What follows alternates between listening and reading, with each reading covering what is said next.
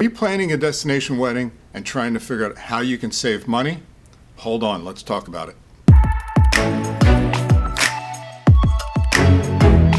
Hey, this is Jack with Vacationese.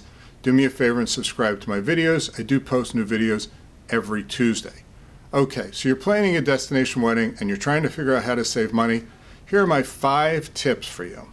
Number 1, find a travel professional that has experience hosting destination weddings. I think if you find the right travel planner to work with, they are going to listen to what your desires and dreams are, and they're on top of which resorts they'll meet them, so it'll save you money and time and find you the perfect resort. Okay, tip number 2. Now this is an interesting one. Find a resort that has really good perks. Now here's where this plays in. Typically, if you're going to be between 20 to 30 rooms, that's when you start finding the perks. 20 to 30 rooms, say 40 to 60 people. And when I talk about perks, you've seen some of my past videos, there are resorts that will give you a lot of free stuff for having your guests stay at the resort. That free stuff can save you substantial amounts of money. Like what is it I'm talking about? Okay, some resorts will give you a free reception. Many resorts will give you a free ceremony.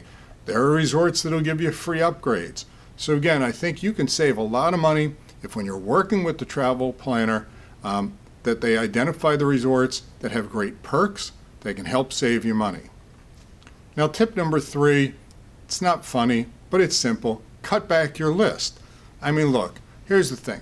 Only invite people that you want to hang out with for 4 to 5 days at a resort. Sometimes we get into this that we have responsibility to invite everybody at work, everybody went to college with, everybody we know. Now some people say, hey Jack, I'm just going to invite everybody, and whoever shows, it's great, they're paying the show. And I agree with you, and it'll help go back to my tip number 2 of getting perks because you have a bigger group. But just remember that even though you're going to get perks, you may want fancy tablecloths, fancy tables, so upgraded stuff, so that stuff will cost you extra money. So I think it's a great idea to build your guest list, make sure you're inviting the people you want to be with, the people you think will come, but that's a great way to save some money, is reduce your list and have people you want there, and everybody will have a great time, and you'll also save some money. Okay, another great tip would be, look at the time of year you're having your wedding. So if you're thinking of having your wedding in January and February in Jamaica, or Punta Cana, or Aruba, or any place tropical, just know that's peak season. So the pricing for the rooms is going to be higher. We also are seeing during peak season, the price for the wedding extras and events and ceremonies is higher. So what you may want to look at is moving the dates until lower time periods. When is that typically? We see prices typically lower in the fall and late summer. And that's really when you can start saving money on the room rates.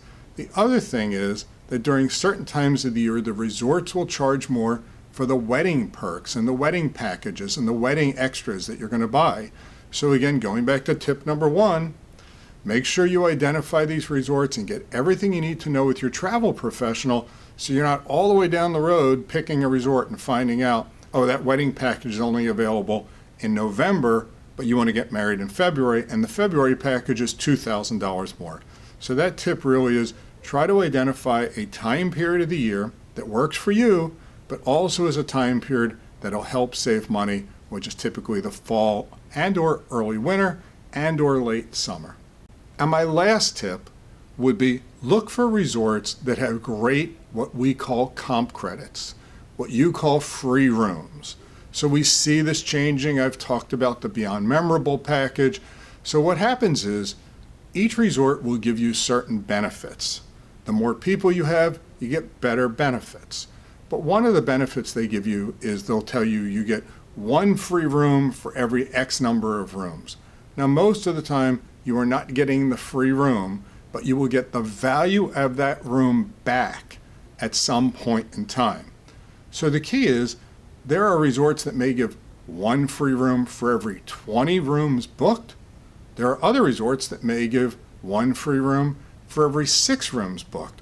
So at the end of the day, let's say you have 25 rooms booked and you're at that resort that gives 1 for 20, and let's say that room is worth $2,000, you'll get the $2,000 minus some fees that they have.